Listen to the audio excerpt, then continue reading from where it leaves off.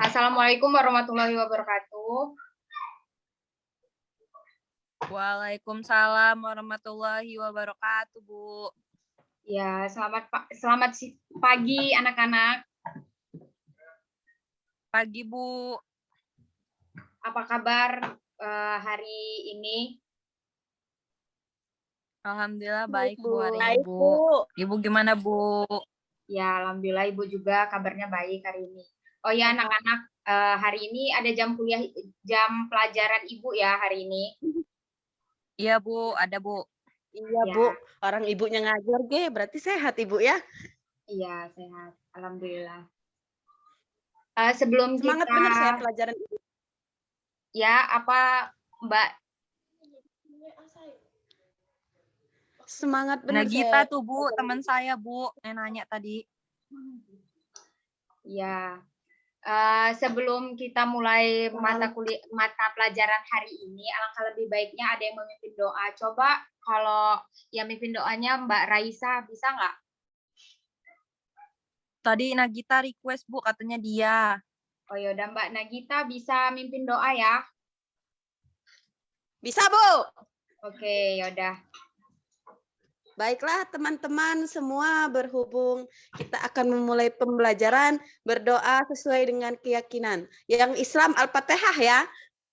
Dimulai. Amin. Ya anak-anak, nah hari ini kita mulai aja ya mata pelajaran Ibu. Jadi hari ini Ibu mau kasih materi nih bersama anak-anak. Materinya tentang rencana pelaksanaan layanan bimbingan dan konseling dari bimbingan klasikal. Nah, di sini Ibu mau ngasih materi tentang cara mengendalikan emosi. Itu bidangnya pada bidang pribadi.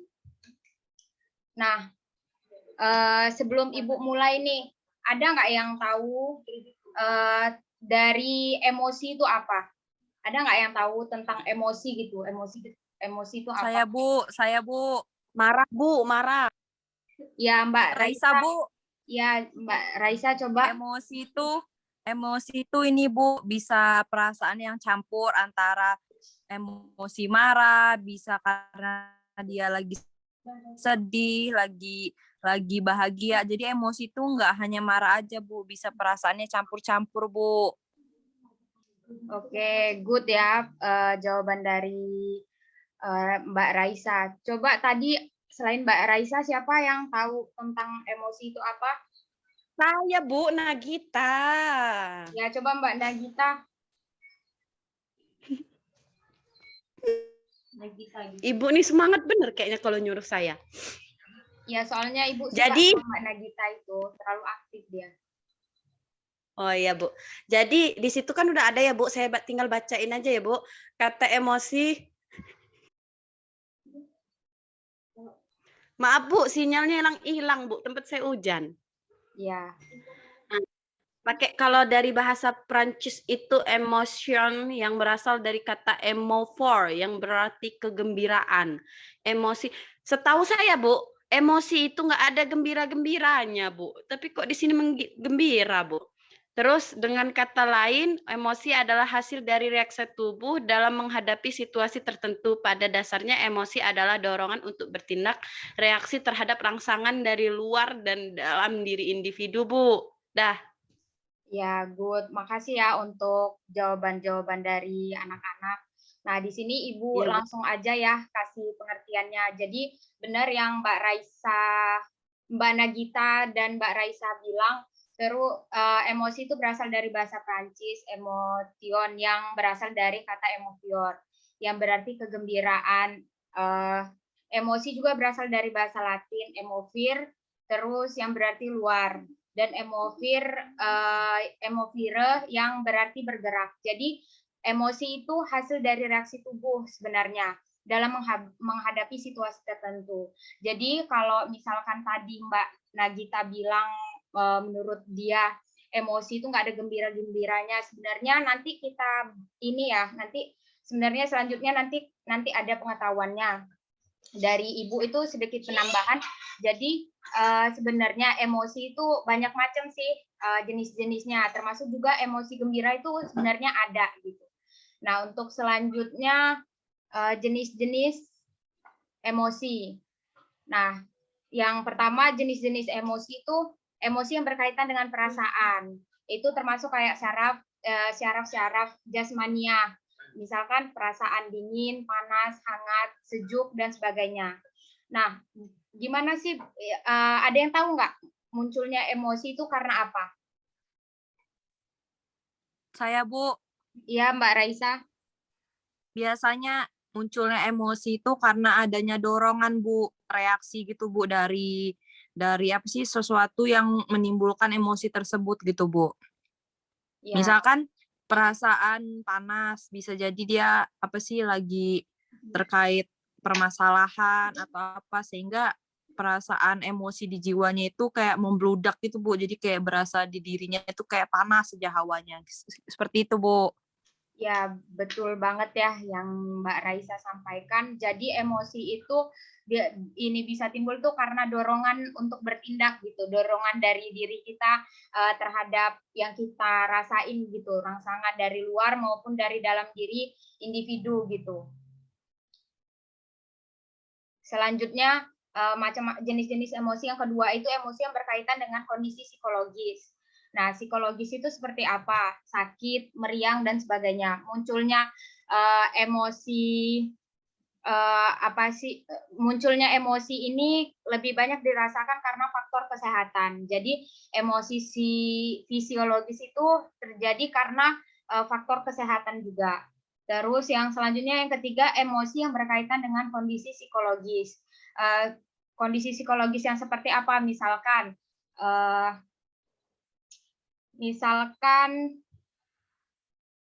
cinta gitu, rindu, sayang, benci, dan sejenisnya. Jadi kalau misalkan kita kena di emosi kondisi yang psikologis, itu biasanya cenderung karena faktor cinta, faktor rindu, faktor sayang, dan faktor benci. Munculnya emosi seperti ini lebih banyak dirasakan karena faktor hubungan dengan orang lain. Jadi seperti kayak misalkan kita punya hubungan dengan seseorang gitu. Jadinya faktor psikologis ini cenderung ke arah emosi yang berkaitan dengan psikologis, cenderung ke arah yang seperti keadaan rindu, keadaan cinta, dan keadaan sayang. Bisa juga dengan keadaan benci atau menyukai seseorang. Terus selanjutnya ada macam-macam emosi. Nah, emosi yang di sini itu ada emosi marah yang pertama. Emosi marah itu seperti apa sih? Ada yang tahu nggak? Emosi Apa, marah Bu? itu Benar, biasanya Bu. kesel, Bu. Bawaannya Kesel, kesel Bu. aja kayak gengsian. Ya, benar banget ya. Emosi marah itu seseorang yang marah terhadap orang lain. Sebab ia menganggap bahwa orang itu bersalah terhadap dirinya. Nah, terus biasanya jangankan di individu orang lain gitu. Di diri kita sendiri pun kalau misalkan kita emosi marah itu disebabkan karena menganggap bahwa orang lain itu bersalah terhadap diri kita sendiri. Nah, di orang itu biasanya mereka tuh biasanya marah menunjukkan tingkah laku agresif, terus menganggap semua yang dikenai itu marah, menganggap semua hal itu salah dan dikenai kemarahan, terus membanting barang, memukul, bahkan membunuh. Dan kalau di sini macam-macam emosi sampai kalau dia memang dalam psikolog itu membunuh itu termasuk sudah keadaan psikopat ya. Nah, kalau misal yang kedua itu ada emosi sedih, duka, susah, dan pilu. Orang-orang yang mengalami itu orang yang terkena musibah pasti merasa sedih. Seseorang bisa menangis, terus bisa mengurung diri dan tidak mau bergaul dengan orang lain. Ini termasuk seperti orang yang memiliki traumatik gitu terhadap yang mengalami musibah. Terus yang ketiga emosi iri. Seseorang membandingkan keadaan diri dia dengan keadaan orang lain. Nah, di sini emosi iri itu dia tidak menyukai keadaan orang lain, sehingga dia membandingkan keadaan diri dia dengan keadaan diri orang lain. Selanjutnya, emosi takut. Nah, emosi takut itu ekspresi yang dirasa takut, yang berupa lari menjauh dari objek penyebab takut. Ini termasuk kayak yang nomor 3 tadi ya, nomor 2 tadi, itu termasuk dengan seperti orang yang mengalami traumatik gitu. Nah, yang kelima itu emosi cinta. Contohnya itu dari ekspresi cinta adalah kisah remaja yang menjalin asmara. Semua orang harus dapat mengendalikan emosi-emosi yang tidak dapat dikendalikan, dapat merugikan diri sendiri dan orang lain. Nah, bisa dikenali dengan emosi cinta ini, kita harus kita menjalin asmara dengan orang lain gitu, tapi kita harus mudah mengendalikan emosi kita agar tidak merugikan baik diri kita ataupun diri orang lain. Ada yang nih terakhir ya, ada yang tahu nggak nih cara atau tips mengendalikan emosi? Ada yang tahu nggak? Biasanya redamin dulu Bu emosinya, kayak pergi ke suatu tempat gitu biar nggak marah lagi, nggak kesel lagi gitu Bu. Ya, good, bagus ya. Wudu Bu, wudu. Ya, bagus. Wudhu ya, lebih tenang ya kalau misalkan kita wudhu terus sholat gitu. Nah, di sini Ibu ngasih tips nih cara mengendalikan emosi.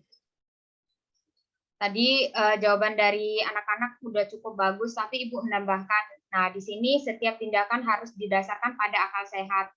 Kita jangan selalu mengikuti nafsu, hawa nafsu dari diri kita sendiri. Kita harus memiliki tindakan yang harus didasari pada akal sehat gitu. Nah, yang kedua, berpikir tenang akibat negatif yang mungkin terjadi. Kita harus memang selain kita memang mungkin berpikir negatif itu muncul, tapi kita memang harus mengendalikan ketenangan diri kita supaya negatif itu tidak muncul dan menimbulkan kejadian-kejadian atau tindakan yang kita lakukan di luar pemikiran ya. Terus yang selanjutnya itu berusahalah untuk memaafkan kesalahan orang lain. Mungkin memang memaafkan kesalahan orang lain itu memang sulit ya, susah. Cuman kita harus berpikir juga, jangan karena satu kesalahan, jangan karena 10 kebaikan terhapuskan karena hanya satu kesalahan.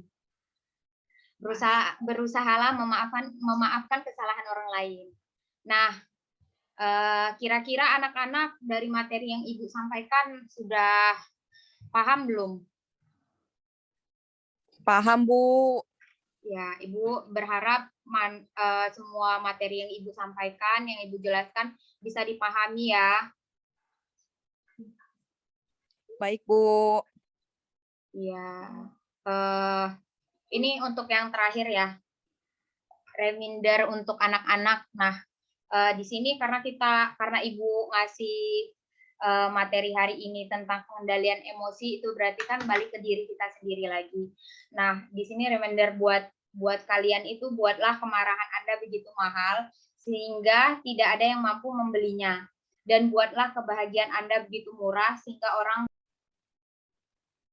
Baiklah anak-anak, itu saja materi yang Ibu sampaikan. Jika ada yang ingin bertanya, Ibu persilakan. Cukup Bu. Cukup Bu. Baik, cukup ya. Sekian dari pertemuan Ibu pada hari ini. Ibu berterima kasih anak-anak sudah menyempatkan untuk bisa mengikuti mata pelajaran Ibu. Ibu akhiri. Wassalamualaikum warahmatullahi wabarakatuh.